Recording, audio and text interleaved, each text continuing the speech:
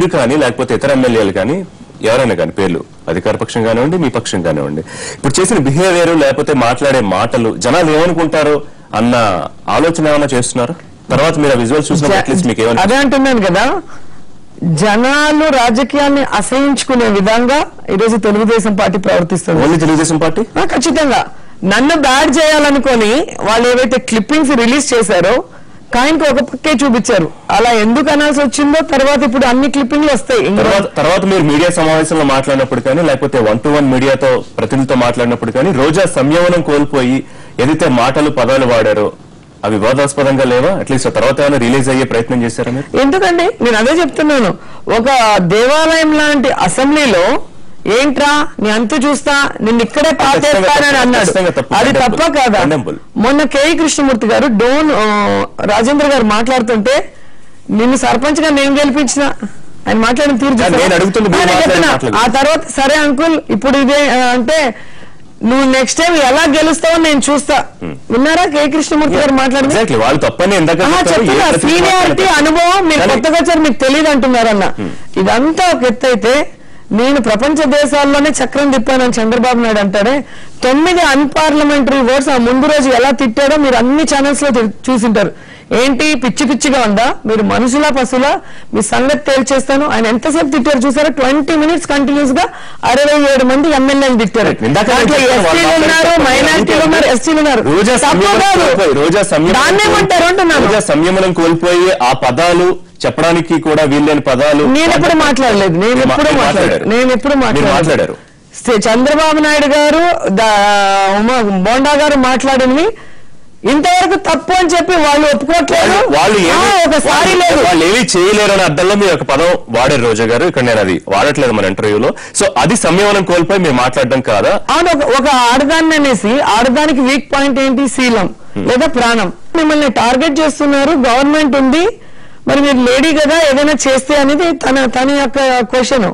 So లేడీని ఏం చేయగలరు? రెండే చేయగలరు. ఈ రెండిట్లో ఒకటి వాళ్ళు చేసేంత ధైర్యం లేదు. నేను అంత పిరికిదాన్ని కాదు, అంత చూస్తూ ఉంటాను. మీరు ఒక ప్రజాప్రతినిధిగా ఉండి ఓపెన్ గా ఎవరికైనా పిల్లైనా రూమ్ లేసి కొడితే పుల్ అవుతుందండి. చిన్నప్పుడు మన నానమ్మ అమ్మమ్మ చెప్పింది మీరు వినుండ్రా? సరే ఒక ఆడపిల్ల కదా అని చెప్పేసి ప్రతిసారి ప్రతి ఒక్కరు నా క్యారెక్టర్ గురించో లేదా నా దీని గురించో లేకపోతే నా ఐరన్ లెగ్ అనేసి నా సెంటిమెంట్ గురించో మాట్లాడుతుంటే నాకు ఒక మనస్సాక్షి ఉంటుంది, నాకు ఒక ఫ్యామిలీ ఉంటుంది. నా ఇంట్లో నా బిడ్డలు టీవీ చూసి బాధపడుతున్నారు, ఏం మమ్మీ నువ్వు ఇలా అంటున్నారని. సో ప్రతిసారి నేను మాట పడలేను కదా. ఒక మనిషి అన్నాక నేనేం గొడ్డు కాదు చెట్టు కాదు, నేను మనిషిని. సో 100 సార్లు నన్ను అన్నప్పుడు ఒకసారైనా నాకు కోపం అనేది వస్తుంది. ఆ సంగతి వాళ్ళకి తెలిసి రెచ్చగొట్టారంటే ఆ రెచ్చగొట్టే విధాన్ని ఆపాల్సిన బాధ్యత స్పీకర్ది. మీ ఈగోని ట్యాంపర్ చేసి మిమ్మల్ని ఫ్రస్ట్రేషన్ లోకి నెడితే మీరు మాట్లాడే మాటల ద్వారా వాళ్ళు లబ్ధి పొందాలని చేసే ట్రాప్ లో మీరు పడట్లేదా? అలానే వాళ్ళు అనుకుంటే వాళ్ళ పిచ్చితనం అండి. ఈ రోజు నేనేంటో రాష్ట్రంలో ఉన్న మహిళలందరికీ కూడా తెలుసు. అండ్ వాళ్ళ కోసం నేను ఎంత పోరాడానో వాళ్ళందరికీ తెలుసు. అండ్ టీడీపీలో నేనేంటో వాళ్ళందరికీ తెలుసు. టీడీపీలో ఉన్నప్పుడు వాళ్ళు చాలా మంది మీకు వ్యక్తిగతంగా అదే అంటున్నా, అంత బద్దవైరం అంత మాట్లాడు వాళ్ళెవ్వరితో నాకు గొడవ లేదండి. వాళ్ళెవ్వరితో నాకు గొడవ లేదు. నిన్న కూడా ఒక ఛానల్లో మాట్లాడినప్పుడు బోండా అమ్మతో అదే అన్నా, నీకు నాకు పర్సనల్ గొడవ ఉందా? లేదు. నేను నీ సైడ్ తిరిగాను, అసెంబ్లీలో కూడా నేను ఆయన సైడ్ తిరగలా. నేను పీపుల్ సుజాత మా ఇద్దరి మధ్యనే వారు జరుగుతుంది. తను ఇక్కడ ఉన్నారు.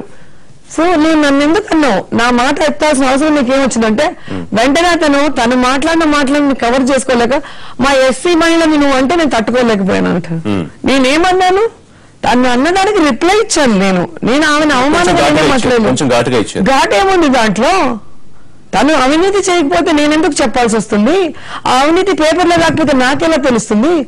నేను కాళ శ్రీనివాస్ లాగా జగన్ గారి మీద శివశివానీలో చదవకపోయినా చదివినట్టు కట్టు కదా నేను అల్లలేదే. చెప్పండి, నేను ఎక్కడైనా ఒక కట్టు కదా అల్లానా? ఫైర్ బ్రాండ్ రోజా గెలిచిన సమయంలో కొంత ఉద్వేగంతో కన్నీళ్లు పెట్టుకున్నారు. అంటే గతంలో మీరు చెప్పారు మా పార్టీ వాళ్లే గెలుపుని అడ్డుకున్నారు, ఓడిపోయారని. సో ఆ బాధను ఆపుకోలేక బయటకు వచ్చిందా? ఖచ్చితంగా అండి. నేను ఎన్నికల్లో గెలవటం అనేది ఒక యుద్ధం లాగా.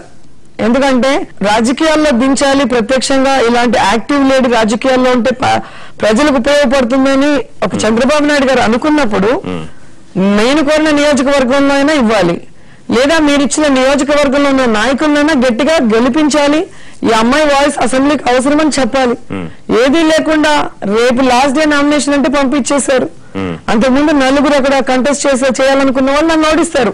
ఎందుకంటే నా ఏజ్ చిన్నది కాబట్టి నేను ఒకసారి గెలిస్తే అక్కడే ఉండిపోతాను, పాతుకుపోతానన్న భయం.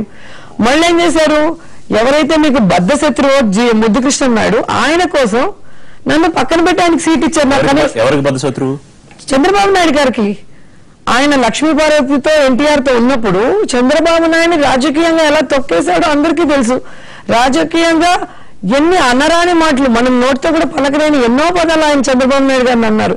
అవన్నీ మర్చిపోయి అంత ప్రేమగా ఆయన్ని తీసుకొని పార్టీకి పనిచేసి నన్ను పక్కన పెట్టావు. కనీసం నాకు చంద్రగిరి కూడా ఇవ్వలేదు. చివరి నిమిషంలో టీవీ ఛానల్స్ వాళ్ళు ఈ అమ్మాయి పార్టీ మారుతుందని ఎపిసోడ్ లో రీజన్ ఏంటి అనుకుంటున్నారు? ఎందుకు మిమ్మల్ని వాళ్ళు తొక్కే ప్రయత్నం చేశారు? లేకపోతే నా కులం అని నేను అనుకుంటున్నాను. కులం పని చేసేటప్పుడు కనిపించింది నా కులం.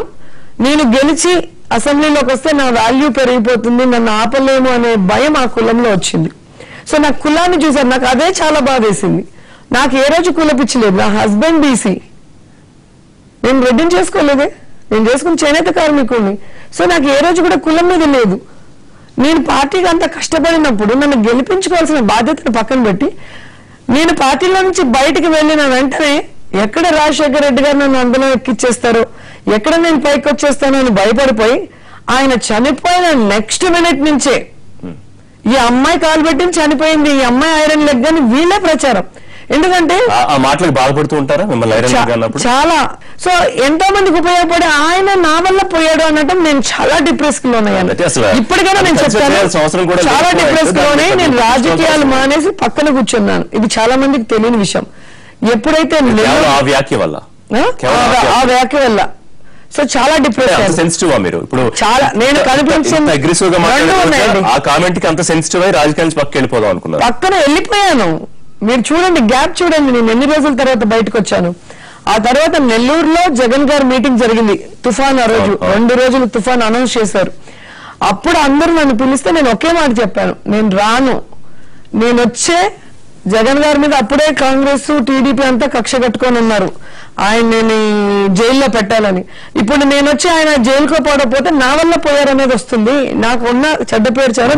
మధ్యలో కూడా మీరు పార్టీలోకి వచ్చాక కూడా కొంత ఇన్యాక్టివ్ అయిన రోజులు కూడా కొన్ని ఉన్నాయి. మధ్యలో ఎవరైనా ఇబ్బంది పెట్టారా?